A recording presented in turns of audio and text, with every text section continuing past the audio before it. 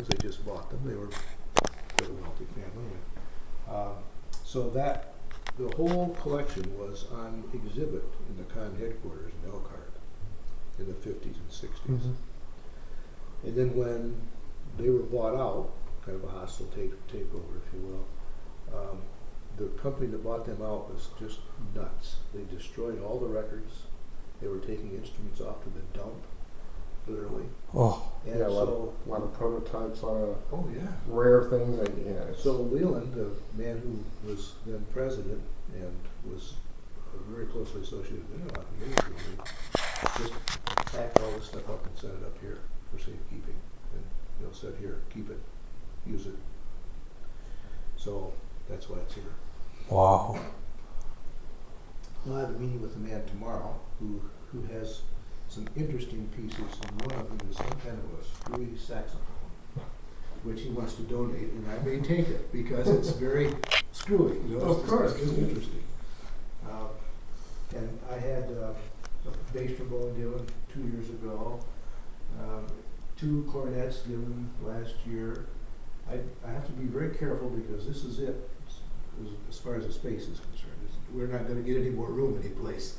So we have to be careful. And I still have clarinets and flutes and things that aren't too valuable and too interesting, just in those file cabinets back there, just sitting there because there's no place to put them. Mm-hmm.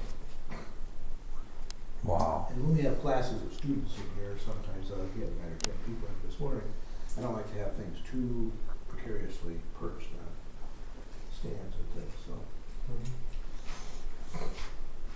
All right, is that an E flat heel cabinet? I think it is, yeah. Harvey Phillips was here about 15 years ago and played that thing. Actually, if you know Harvey, he was a pretty big man. Mm-hmm. He actually wore it. I'm not sure. Somebody had to help him out with it, I think, because it's not very big. That's an old one. That's one of our historically significant pieces right there. It's interesting how the valves are placed. It's just because it's not normal, like like up there. It's down below and kind of underneath. It's cool to look at. Well, I don't know when the Helicon first came on the scene. I read it was like 1837, 1845, something Really? in that area. Yeah, over in Russia. Well, yeah, it probably was. Yeah, yeah. Because this was an instrument made for cavalry bands. Mm-hmm. So you got one hand there and play with the other. I can't even imagine that. But the instrument had to fit pretty tightly on your body, because you didn't have, unless they strapped them on. I don't know. I never saw that. But. Cavalry band. Is this a compensating instrument? Well, I don't know. That's a good question. The second valve comes Uh-huh. up here, and then it's got an extra tube, Yeah, but it's not.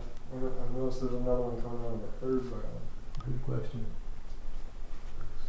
That's interesting. Conn had several valve patents in his lifetime. So I'm sure he was always experimenting with that sort of thing. And the piston valve, and the rotary valve were competed side by side for a long time. The piston ultimately won out. I think it was in terms of the numbers of instruments that used those. But there had to have been a lot of, well, let's try this because it might do such and such. And there was a lot of that. I played on that the Tuba Museum in Oakland, Michigan, at the Marble Club. Played on the silk contrabass. Oh, did you? Yeah. That was I went down there early morning, sat down there, waited for the Bill White to come back from wherever he was, and I said, I'm here to play this. And he goes, oh, yeah. So I brought it down and found a bunch of leaks in it, where the brass was torn, and taped them up, and it played great. Is that right? Yeah. Ah. So subcontra E flat, so you're a fourth below. 26 feet. Yeah, okay. And it was only like 26 pounds. Is that right? Yeah. Wow. Really, really thin brass. Yeah, yeah. But, Well, and when was that made? No. they have no idea. What kind is it? They have, all they know is that it was made in Austria. Oh, okay. As far as they know, it's Some individual. Yeah. Yeah. possibly early 1900s. Yeah. That's, Well, we actually did some weights on the saxophones, and the Adolph sax pieces are quite a bit lighter than the more modern things.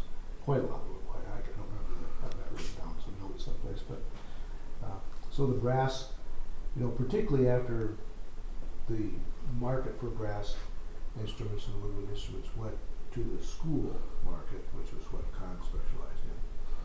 Then you're building stuff on heavier brass because you give it to a kid instead of use it for a hockey stick if you're not careful.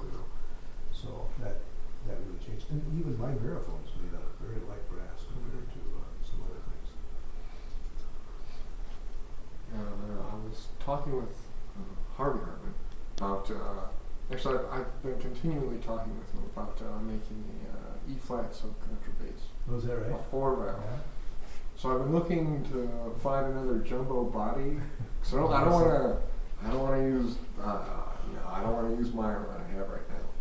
But I just gotta find. I figured out because I tried this out on my marching tuba, and I hooked up 8 feet and stuck it out of the main tuba slide. Yeah, and it played great.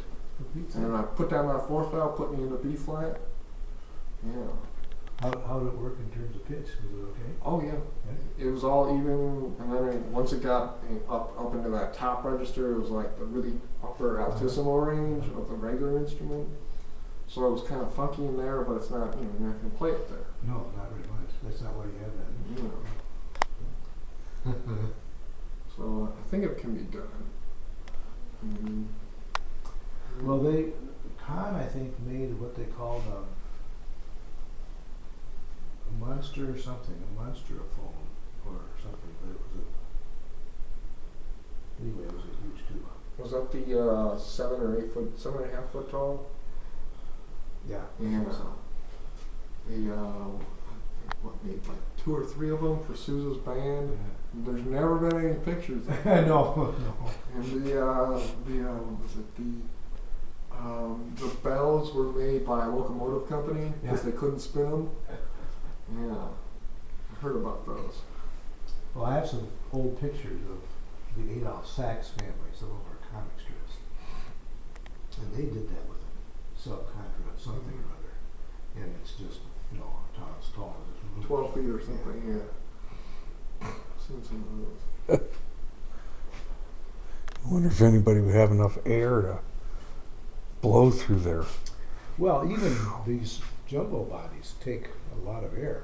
I mean, I played the Gold's Saxophone 15 years ago in the Sousa band concert. I just played one piece. It's so darn heavy you don't want to sit there very long. But it took a lot of gas to play that thing. Played pretty well actually, but you get that. You get almost that organ tone, and that's what they were going for. Yep.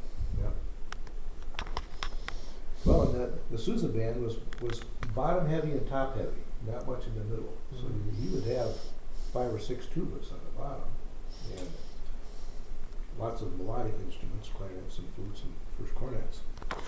Not so much in the middle. But his tuba players were wonderful players, so I sure would like to have heard that band. That's amazing.